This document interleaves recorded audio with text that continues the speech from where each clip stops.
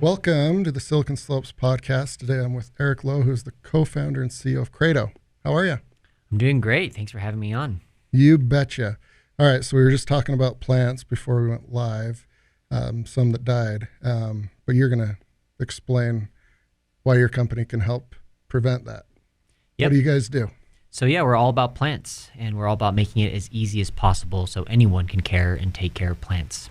Right, so I don't think I'm the only one. Sounds like everyone I talk to has had some sort of experience with killing plants, either from succulents and cactus, which are not easy at all. Well, those are like the trickiest ones, to more tropical plants like monsteras and peace lilies and all that. And this all came about because of my similar struggles. Right, so I come from the biotech world, and I've worked in laboratory settings. And everything's controlled, and I can grow bacteria, fungus. I've worked with mice, all sorts of different organisms, and I've never had as hard of a time as I did with plants.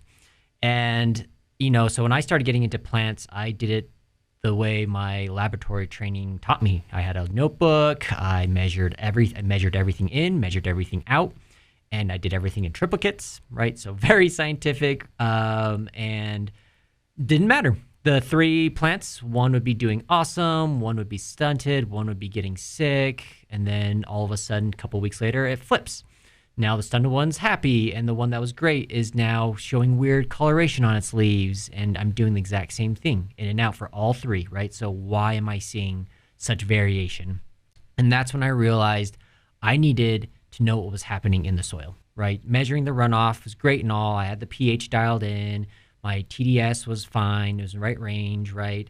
The nutrients, like high quality nutrients measured, hours of prep work to get all this stuff and, to have your plant still be sick, right? It's just like something's off. And so that's what really started me chasing down what was going on in the soil. All right. And you need, my science class is accurate, sunlight, soil, and water, right? So you think. So the soil's the tricky part? The soil is a very tricky part, right? So one thing people don't consider is water is not equal. The water here is different than water in Salt Lake, right? Water in Utah is different than water in Texas. Water is just different, right? And so here we have things in our water. We have chlorine, we have fluoride, we have all these additives, and those impact your plants, right? But you don't think about it because you're just like, water's water. Like, I'm putting water in this plant, should be happy. But those are the little variables that start adding up into becoming a bigger problem. Okay. And so there's the pain point. And now the solution is? So now the solution is we created a end-to-end plant care system. So now you put a sensor into your plant's pot, and it'll measure soil moisture, humidity, temperature, light, and even soil nutrition. And then on our app, you don't interact with any data.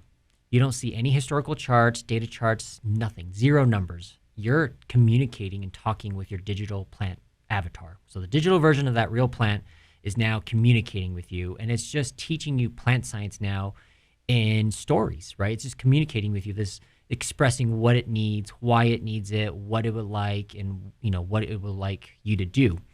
And we follow that up with, if it needs fertilizer, pesticide, bigger pot, it's already on its way to you, right? So our system is intelligent enough that it knows when your plant needs something, and it's already on its way with instructions on how to put it in.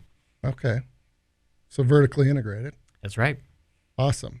And so this is a little like sensor probe. How far does it go into the soil?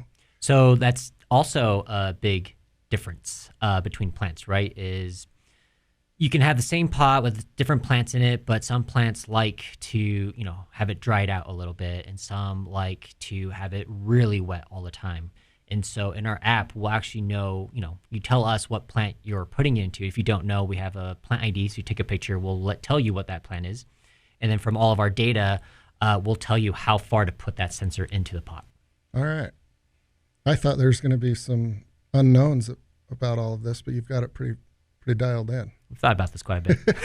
I can tell. So I've got maybe 4 or 5 plants in my house, and they're pretty and nice, but I like gardening. And I I do have like tomatoes in the house in the spring, and then eventually take them out, and that's always precarious. Would it work for like vegetables in a greenhouse as well? Eventually. Yeah. Eventually. So our initial focus is still indoor plants because it's a more controlled environment, less variables, right? But our intention is to go outdoors and to start letting you use these sensors outside. And, I think one of the trickiest part is indoor. It's pretty easy because you're using potting soil and you're keeping it pretty well maintained, right? In a controlled, healthy environment. But outside, that's where a lot more variables start changing, right? You have rain, you have wind, you have snow, you have runoff. And I would imagine the majority of soil health in most gardens is pretty bad. Yeah. And so that's going to help with that, right? Is we're going to be able to say like, yeah, your soil needs to be like replaced or needs to be supplemented with the stuff that we're sending to you, right? Or it is healthy and that you should see pretty good success with this particular type of plant, right? Tomato. And that's the other thing is food gardening, everyone just thinks or hopes there's a one catch-all solution for everything. Like, can I just like put the same fertilizer over everything and it'll just all be happy? And unfortunately, that's so far from the truth, right? Yeah. Everything loves certain ratios and depending on their life cycle, right? So when they're seedlings, they like a certain ratio. When they grow up to their vegetable stage, they love a different ratio. And then when they're fruiting, so when they're actually producing, tomatoes and all that, the ratios all change again. And you have to like know that, and you have to be tracking all that to know where it is in its life cycle to actually know, what to do. Or, you can do the simple approach, which is you just throw whatever randomly, and your success rate's probably going to be all over the place. Right. Yeah, I'm experiencing that this year, and I got a bunch of books and taking little notes. Oh, nice. And it's like, but then it's late at night, and I'm like, I'm just going to water the onions as much as I water the tomatoes. Yeah. Well, the cool thing about what you guys are building, eventually for outdoors, but indoors, is you get to learn while you're doing it. Exactly. And that probably would, at least for me, be like, all right, I got this one pretty dialed in. I'd be interested in a new plant and learn about that one as well. Yeah, you're absolutely right. So that's the really cool thing about our system is we have a lot of different features in it. So if we're inside the home, we're also monitoring your home environment. So we know what the average temperature in your kitchen is. We know what the average humidity in your living room is. We know the average sunlight you get from your east-facing window. So we can build a room profile. And with that room profile, I can now go through our list of plants and say like, hey, these are plants that will do really well in this room, and that, you can filter it by air filtration, by what's safe for pets, whatever you would like. And now there's no more guessing game, all right? Or you maybe have plants in there already, and I can now tell you like, this plant is not happy here, and it would do way better in your kitchen, so you should just move it over there, right? Yeah. So we can give you kind of that more intelligent feedback, right? That even if you read books and learned all that, there's still no way to figure that out without the data that we're collecting, right? Yeah. Very cool. Yeah, you guys put a lot of thought into it. All right, so you recently won a pitch competition here called Start Madness, right? And a lot of the reason why was because you guys have got a lot of traction. It's well thought out, but then market size, right? Pretty big market size. Talk a little bit about that. Yeah, so again, what we're doing is consumer facing, but the bigger vision here is we want the plant data. So when you ask me what Krado is, we're not making some kitschy, cute little plant sensor, that's it, right? That's not our revenue model at all. In fact, I'm actually giving these sensors at a loss. What we're really after is the plant data. So right now, there's no one that has a database that knows what plants need to grow in any environment, right? We have some idea, but that's usually in controlled environments and in very niche areas, right? And so what we're going after is we're hoping the community will help contribute to this database. So you're helping create a greener future, right? So we made the app really fun and engaging so that even children can learn plant science, you can learn plant science. But what we're really after is this plant data because that really leads to future innovation. Now we can disrupt the fertilizer market. Now we can help indoor farming. Now we can disrupt nurseries, soil testing, composting, carbon credits even, right? The list just goes on and on and on of all the impact we can have. But it all starts with this plant data, right? Our ambitions with deep space travel is limited right now because we don't even know what plants to put together up in space, Yep. to create this balanced ecosystem where it can filter the air, it can purify the wastewater, and it can grow food, and all of it is contained and, sustainable, right? That's a hard challenge, but it's not too hard if you have the data to support it and to make those decisions. If we wanted to grow plants on the moon, colonize moon or Mars even, right? All of this is backed on data. We're in a new environment now, right? Sure, it's got some lunar or Martian soil, right? And you've got water, you got nutrients, and you think if I just put all three of these together, it should work, right? And it's probably not going to work. And so that's where we are looking towards is, well, we'll have the data and we'll be able to dial things in and be able to supplement and create this future. Yeah, thinking really big. That's awesome. Yeah, because there is enough data from Mars with all the missions they've done over the last 20 years where they do have soil samples. I don't believe they've returned them physically, but they've got their own drill up there and their own scoop, and it monitors it up there, and they're finding that it is quite possible. Absolutely. You can grow stuff. Yeah, and we have this. They have the, I guess, man-made versions here, right? So you can get regolith or exolith, and so we can start doing that now. Yeah, you don't want to go all the way to Mars and throw some seeds in there and hope for the best. All right, so good origination story, and got a little money with the pitch competition, and you also, as the CEO, have to worry about sales and finances and HR and a lot of hats, right? So how do you manage your time? How do you manage your day? Where do you focus on as you grow the company? Yeah, so I would say I'm probably the worst person to look at for work-life balance, right? It's non-existent. It's all work now. And it's 7 days a week. And, I try my best to block out times, but, there's always more pressing things. And that's something I'm continually working on. There was a routine I was on before we started our accelerator where I was, meditating every morning, working out 3 to 5 times a week, and, being on a pre-scheduled routine. Then we entered into the accelerator where it required 14-hour plus days, 7 days a week. And I kind of got into that groove, which is bad.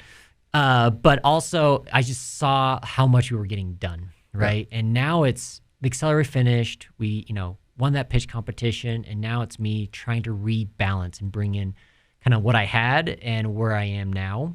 But it's all over the place, right? So I'm one of those that I'm not rigid about my schedule. It's not completely like this hour I'm doing this hour I'm doing this, right? It's just what's on my calendar today. And then I have a giant list, right, of all the different things I can do today. Like pick one of these, work on it. If you don't like it, move on. You have this giant list. Pick whatever you like to work on, right? Yeah. And that list fills up every day as well. Just the more things I cross off, the more it just keeps filling up. But that's kind of how my approach has been, is just you have just a big list of things and you just keep kind of, chipping away at it. And eventually seems like it's all been done. I haven't missed any deadlines or anything. So yeah, very cool. So with, companies like yours, there are deadlines, right? To announce to the public that this will be ready spring of 2022, right? Mm-hmm. So what is your guys' timeline to launch the product and start getting that data? So our product is done. So our alpha prototypes are working and they're ready. And talking about deadlines and delays, that was one of the most frustrating aspects. I think every single thing was delayed, right? So we were trying to get our app just approved through Apple and Google so our beta testers can download it. You think that would be some seamless, easy way, and that was one giant bottleneck, right? And we finally got approval this week. Okay. And I was telling my founders, I was like, this almost feels like a bigger milestone than like winning that pitch competition, which is crazy, right? Just like getting our app approved.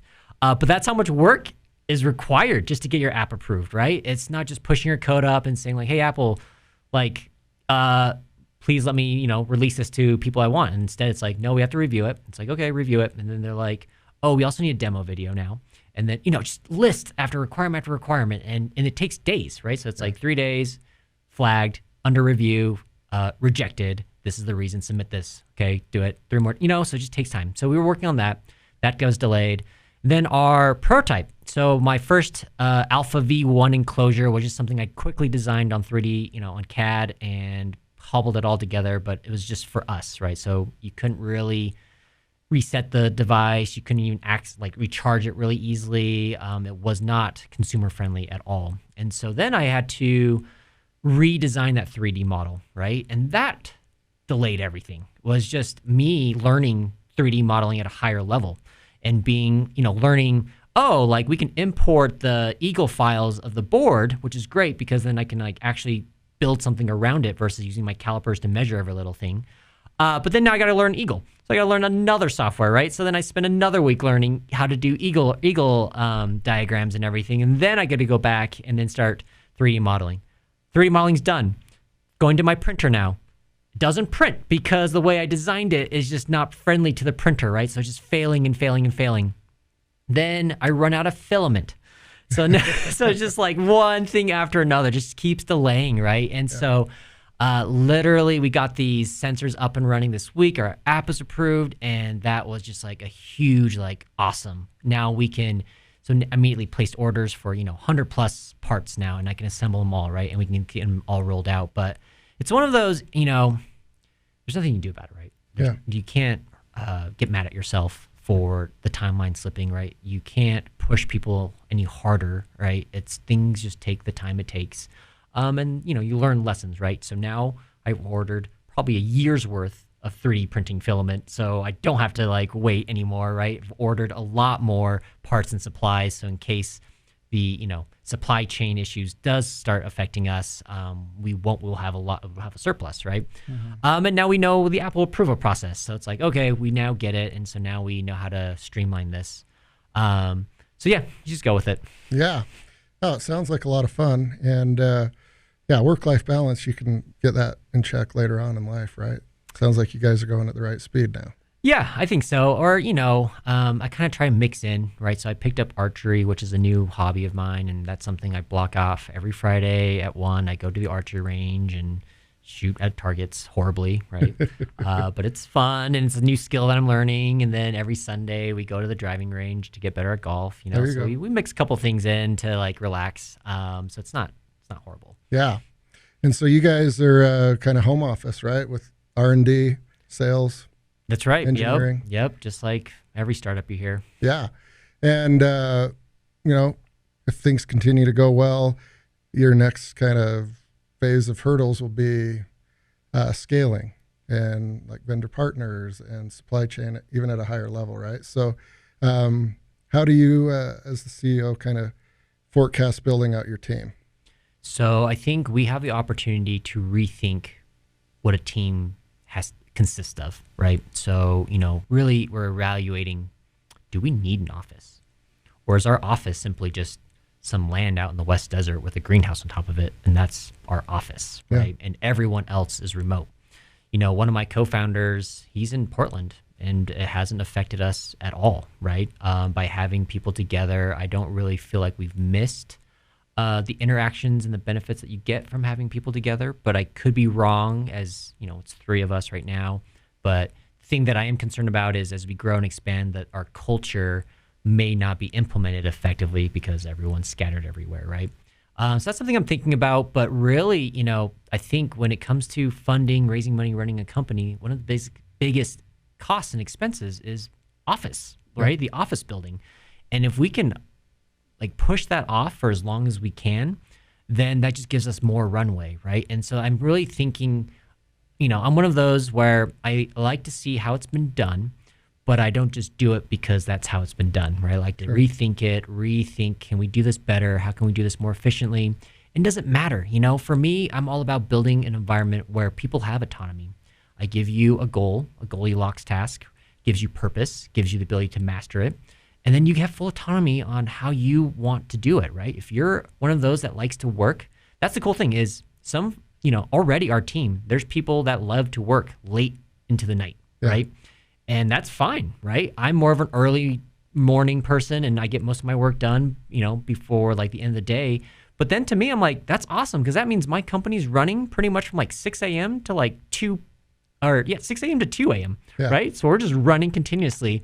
And as we expand, I was also thinking then, well, if we take time zones into effect or if we start branching out and maybe working with international employees, then we could be running around the clock. Yeah. Right. And that's a pretty big benefit right there of like this company never really sleeps, but everyone's still maintaining work-life balance. They're just on different hours. Yeah. Yeah. Huge tactical advantage there.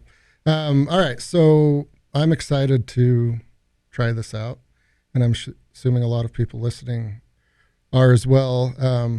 How can they get the product and the app? And yeah. So if you're wanting to be an alpha tester, we're looking for people to test our early units. Sign up on our website, krado.co, krado.co.